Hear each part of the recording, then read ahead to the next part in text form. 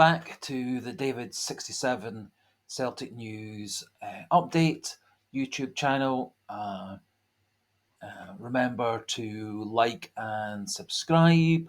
Remember also there is a daily Celtic trivia quiz question in the community section of the David67 YouTube channel site. Just for fun at this stage. And quite a lot of the questions over the next several months, dating back to the earlier years of Celtic, since I've been watching them since the early 70s. So questions for young and old and middle-aged Celtic fans. Please, as I say, like and subscribe, and comments in the comment section, always well appreciated, particularly if they are constructive. And I'm hoping to do a live stream next Sunday after the Celtic Kilmarnock League Cup match, and intend this week to try to do the review of the game and my sort of thoughts and opinions, and any community subscriber and live stream viewer questions, trying to do that a wee bit closer to the end of the game next Sunday. Today, doing a second short video as a trial to see what level of interest there is in this topic. And today's additional video relates to Celtic's women's team. Celtic women's team started their new Women's Premier League season yesterday with an away victory 9-0 at Montrose. Montrose are recently promoted to the top division in Scottish women's football. Last season, as I'm sure a lot of you are aware, Celtic's women's team were runners-up in the league and won the Scottish Women's FA Cup and qualified for Champions League qualifiers, which are very shortly following on. Celtic's women's team had a fair number of coming and goings through the closed season, losing three of Celtic women's star players last year. Pam Tayonha, the Mexican international goalkeeper, Tash Flint, who was on loan from Leicester women's team to Celtic, and she was a big star, scoring many goals in the second half of Celtic's season last season. She has moved on, actually, to Liverpool women's team, and the third star player to have left is Jacinta, the Australian lady international, who has moved to Sporting Lisbon, closely followed by her partner Carl Starfelt from the men's team, who moved to Celta Vigo, which is on the Spain-Portugal border. Celtic's women's team have brought in 6 new players into the first team squad over the summer break, with Barclay, a defender from France, Agnew, an American player, fairly new player and able to fill a number of roles. Petito, a young Spanish player coming through the Real Madrid ladies team. Jenny Smith, who came from Hearts, and Kavanagh, who came back to Celtic. Smith and Kavanagh both being Scottish.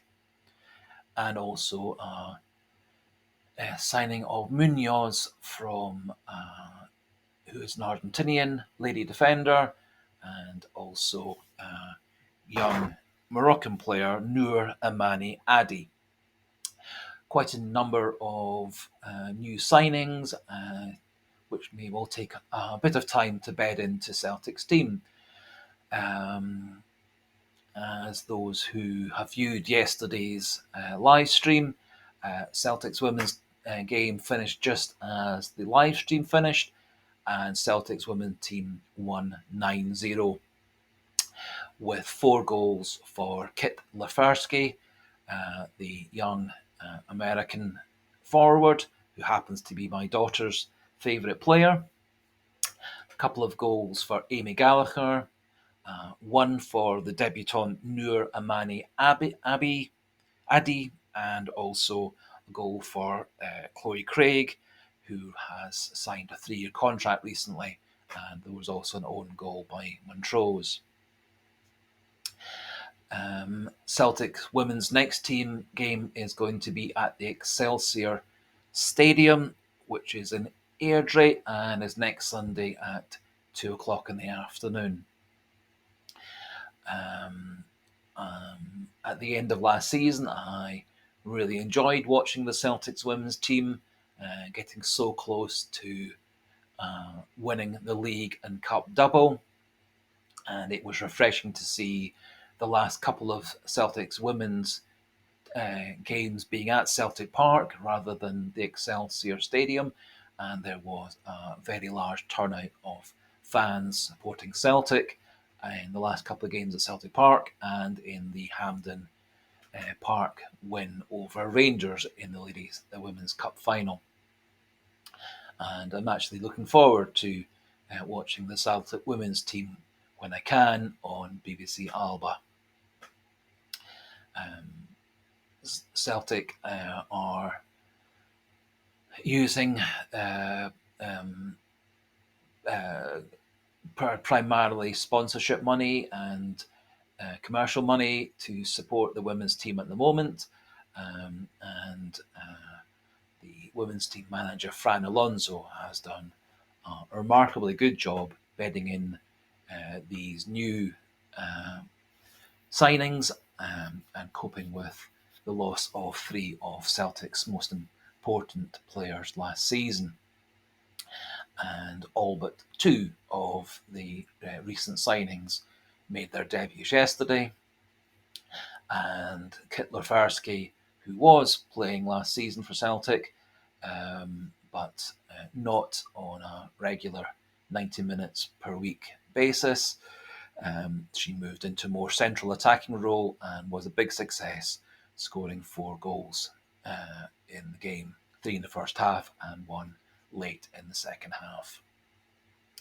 And do hope that a weekly short feature on the Celtic women's team, updating how they are doing in terms of the Scottish league league season and their Champions League qualifiers, which are slightly different format for the format that Celtic's men's team previously had to go through to qualify for the Champions League.